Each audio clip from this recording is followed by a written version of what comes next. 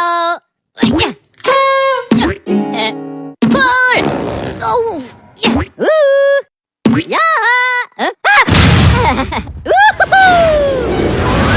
Assalamualaikum warahmatullahi wabarakatuh. Di video kali ini lanjutan dari video-video sebelumnya, yakni di bagian ketiga, kurban dalam ajaran Islam. Nah, sahabat muslim, kalian tentu sering mendengar tentang Hari Raya Idul Adha. Pada hari itu umat Islam di seluruh dunia melaksanakan ibadah kurban. Lalu apa sebenarnya kurban itu? Bagaimana ketentuan dalam ajaran Islam?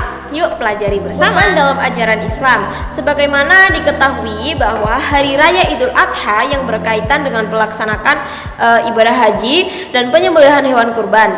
Tahukah kalian apakah kurban itu? Bagaimana ketentuan kurban dalam ajaran Islam? Nah, kurban berasal dari kata qurba yang artinya dekat.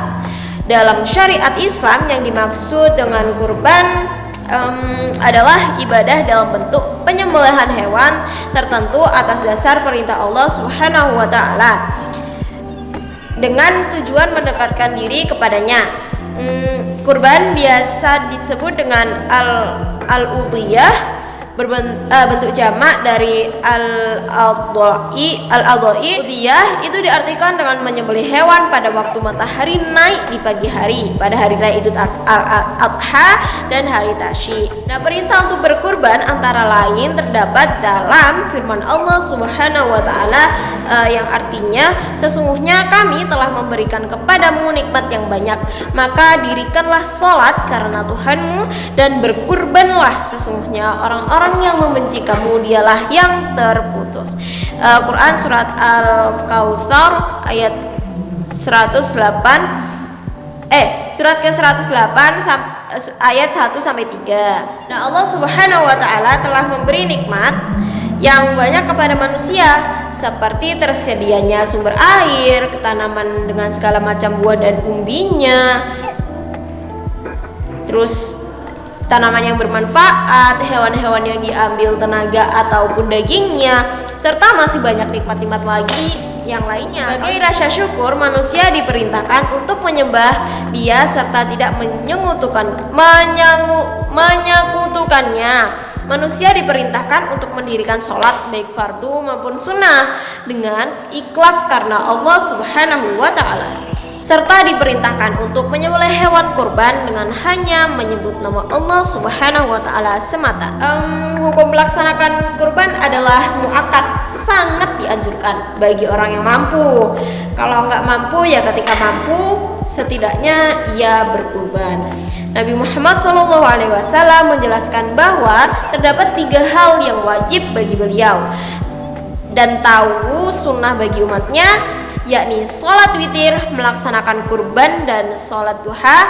Sebuah hadis dari Abu Hurairah radhiyallahu anhu, dia berkata, ya Rasulullah SAW bersabda, yang artinya, barang siapa yang memperoleh suatu kelapangan tetapi dia tidak berkurban, janganlah ia menghampiri tempat sholat kami. Hadis riwayat Ahmad dari Abu Hurairah menjelaskan bahwa orang yang sudah mampu untuk berkurban tetapi dia belum bisa melaksanakannya, maka hukum bagi dia adalah makruh atau tidak disukai oleh Allah Subhanahu wa taala dan Rasulnya. Mudah-mudahan kita diberi kelapangan rezeki sehingga dapat melaksanakan ibadah kurban.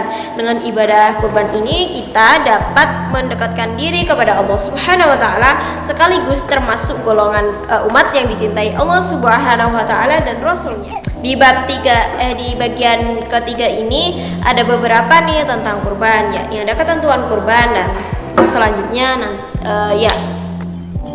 yang saya jelaskan yang pertama adalah ketentuan kurban. Agar kurban yang dilakukan sesuai dengan aturan ajaran Islam, maka harus dipahami terlebih dahulu ketentuan kurban itu bisa ditinjau dari segi orang yang berkurban, jenis hewan yang dijadikan kurban, jumlah hewan dan orang yang berkurban, waktu dan tempat penyembelihan, tata cara penyembelihan, dan pembagian daging kurban. Ini aku jelasin. Yang pertama, orang yang berkurban adalah orang yang beragama Islam, memiliki akal serta mampu menyediakan hewan kurban.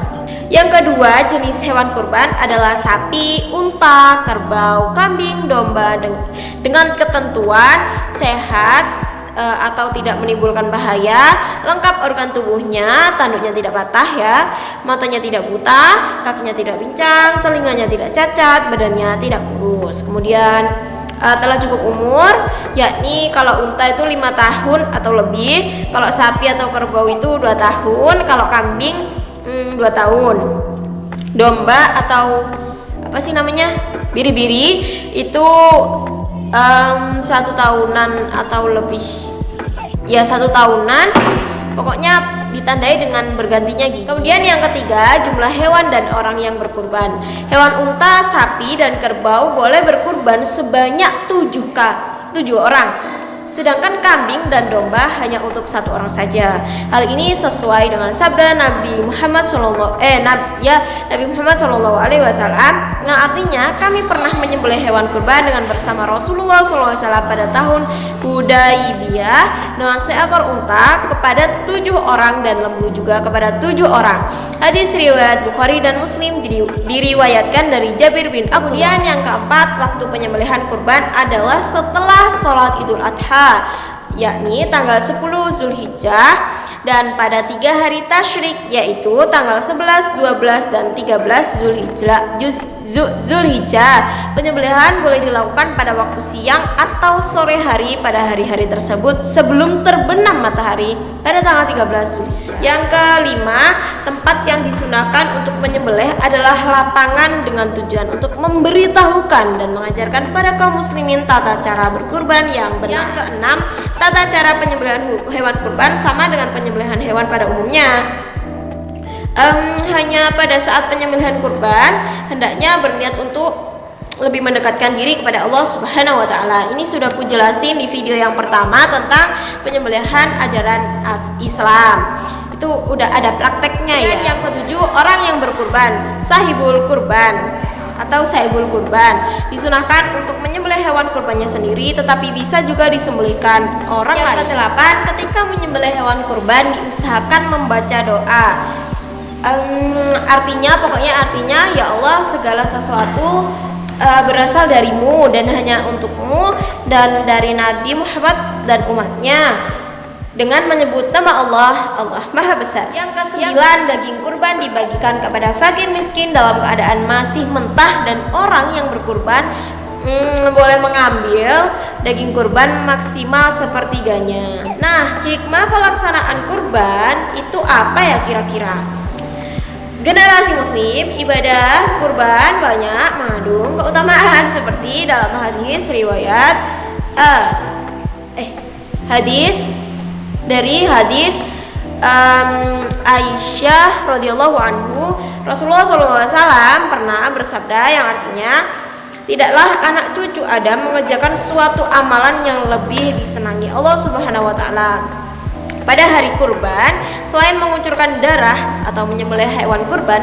Sesungguhnya hewan itu akan datang pada hari kiamat kelak dengan tanduk, bulu, dan kukunya. Adapun darah tersebut akan turun dari Allah pada suatu tempat sebelum turun ke bumi. Maka sucikanlah jiwa dengannya, atau disucikan dengan berkurban. Hadis riwayat Tirmizi. Selain keutamaan tersebut, ibadah kurban hukumnya memiliki banyak hikmah. Antara lain, yang pertama, lebih mendekatkan diri kepada Allah Subhanahu wa taala. Kedua, membentuk sikap patuh dan taat dengan ajaran Islam atau pada Allah. Tiga, melatih diri bersikap dermawan.